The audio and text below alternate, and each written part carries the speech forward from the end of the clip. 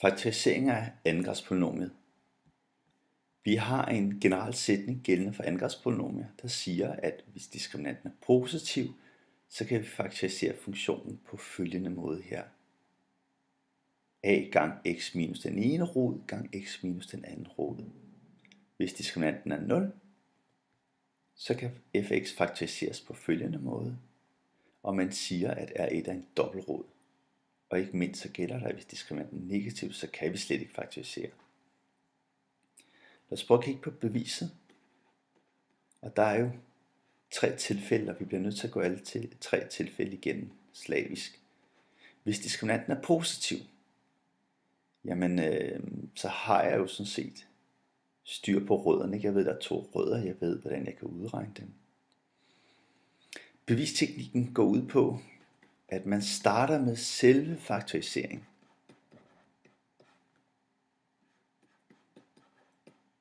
Og så regner man på det her udtryk og viser, at det her udtryk er det samme som det generelle udtryk for et andengradspolynomium.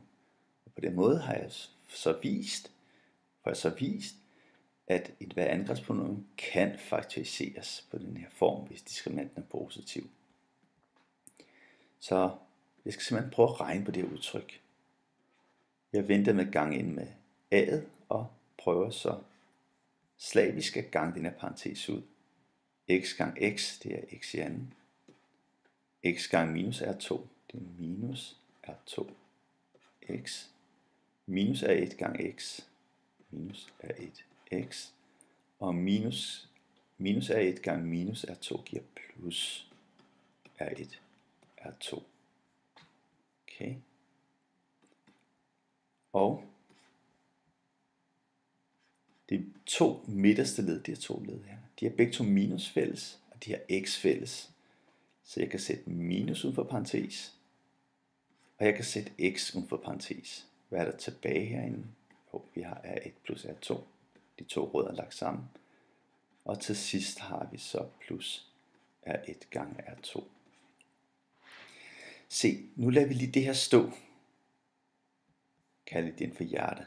Det her udtryk for fx. Lad lige stå. Det jeg har brug for, det er at regne på summen af rødderne og regne på produktet af rødderne, for jeg kan fortsætte. Aha. Men lad os prøve at se, hvordan det ser ud.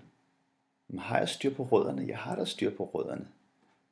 Jeg ved, at den ene rod kan regnes ud ved hjælp af den her formel. Det har vi lige bevist. Og den anden rod kan jo også regnes. Bare med minus her i midten, ikke sandt? Sådan kan rødderne regnes ud. Så vi regner slavisk på det. Først så skal vi lægge rødderne sammen.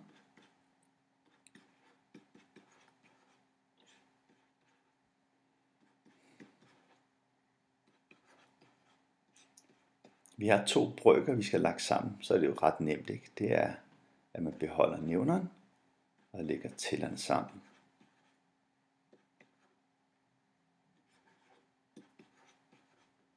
Og vi kan se, at plus kvadrat af d og minus kvadrat af d går ud med hinanden. Tilbage står der minus 2b over 2a, og forkorter man med 2, så har vi altså at rødderne generelt, så er det sådan, at rødderne lagt sammen åbenbart giver minus b over a. Okay? Og så skal vi så have ganget de 2 rødder med hinanden og se, hvad vi får ud af det.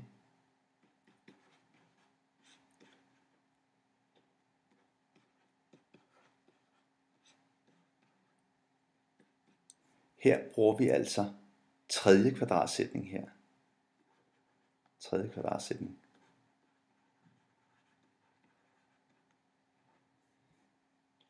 Tredje kvadratsætning sagde, at hvis vi har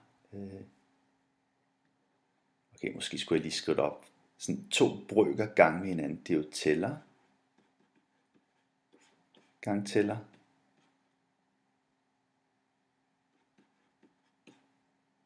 Og nævner. Gang nævner. Se så.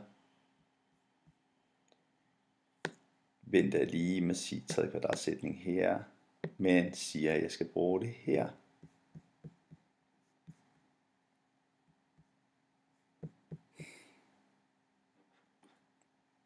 her bruge tredje kvadratsætning. Tredje kvadratsætning. Lad os se en gang. Tredje kvadratsætning sagde, at vi skulle sige første led i anden minus kvadratet på anden led. Nede i nævneren har vi bare 2a gange 2a. Det er 4a i anden. Det er nemt nok. Hvad bliver det her? Det bliver b i anden. Og kvadrat uden og i anden, de ophæver hinanden. Således. Og så udnytter man, at man ved, at diskriminanten er det samme som b i anden minus 4ac.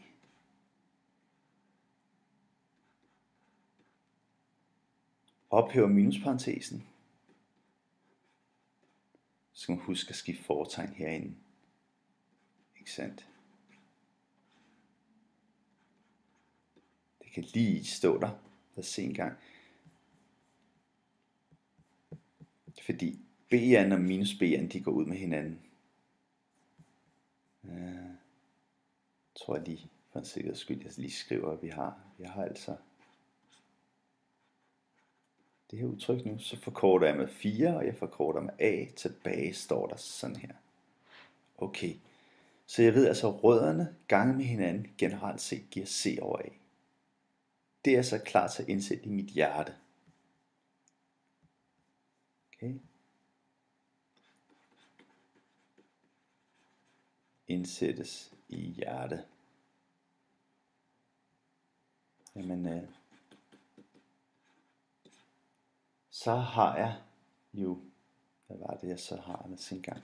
Jeg kunne lige skrive, hvordan mit hjerte egentlig så ud.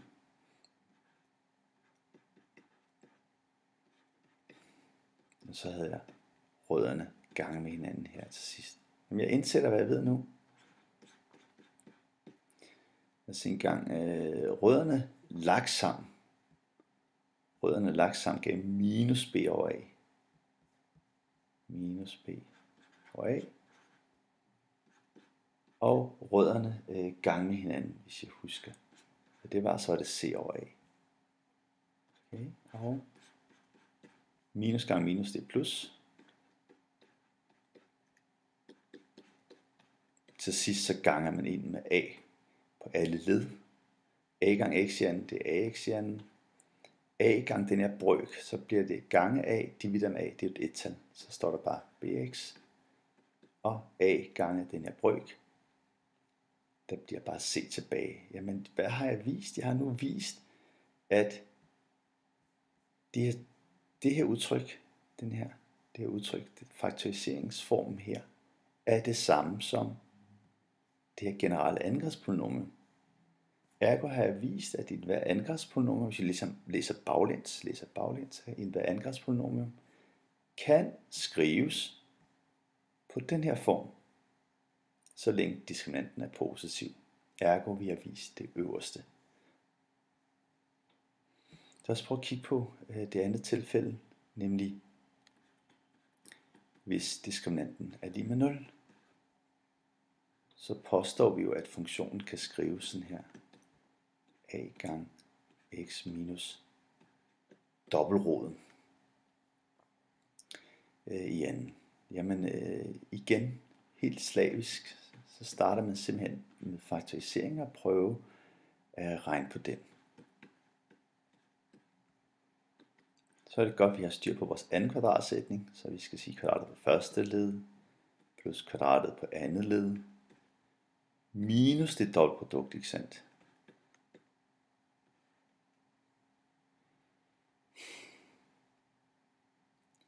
Ja.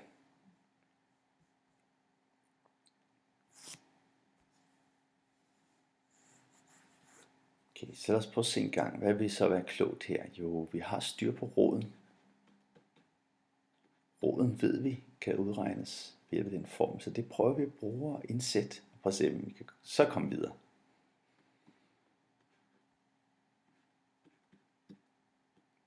Lad os se en gang. Så får vi altså minus b over 2a i anden minus 2x gange R1, det var minus b over 2a. Kan det få os videre? Vi venter lige med gang ind med a. Se en gang, hvad bliver det her? Sådan brøk i anden, det er tæller i anden og nævner i anden, så vi får b i anden og 4a i anden. Og minus gange minus, det er jo plus. Gange 2, divideret med 2, de går ud med hinanden, så der står sådan her tilbage. Okay. Se, så ved vi, at diskriminanten er 0. Men diskriminanten ved vi jo godt, hvad vi udregner, ikke? Det var b i anden minus 4ac lige med 0. Det betyder, at hvis vi lige rykker det led her, 4ac op på den anden side, så skifter fortegn, så ved vi altså, at kvadratet på b er det samme som 4ac. Så hvis i stedet for b i anden her, kan jeg skrive 4ac.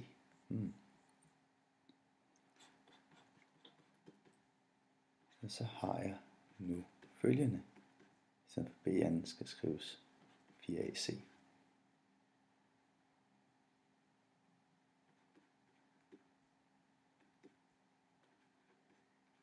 Således.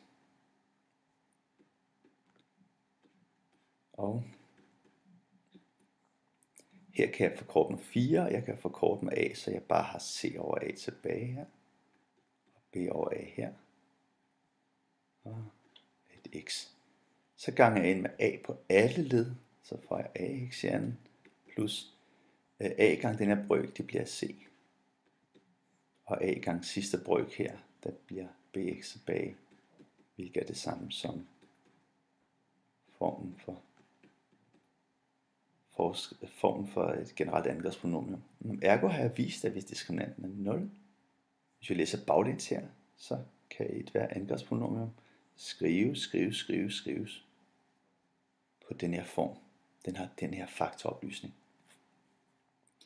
Det sidste tilfælde, D, negativ, den er meget nem at vise, ikke sandt? Hvis diskriminanten er negativ, så er der ingen rødder, ved vi ifølge teorien. Jamen når der ikke er nogen rødder, så er det jo lidt svært at faktorisere, fordi hele faktoriseringssætningen går netop ud på, at man kan skrive funktionen, så man tydeligt kan se rødderne i forskriften, ikke sandt? Men den har jo ikke nogen rødder, når diskriminanten er negativ. Så kan vi heller ikke faktoropløse en rødder, så ingen faktoroplysning. Dermed er beviset slut. Så har jeg lige nogle enkelte slutbemærkninger. Det er sådan inden for matematikken, at man har noget, der hedder korrelar. Det er det samme som gevinst. Vi har fået nogle ekstra nyttige oplysninger gennem beviset. Har vi det? Jo, det har vi da, fordi prøv at se.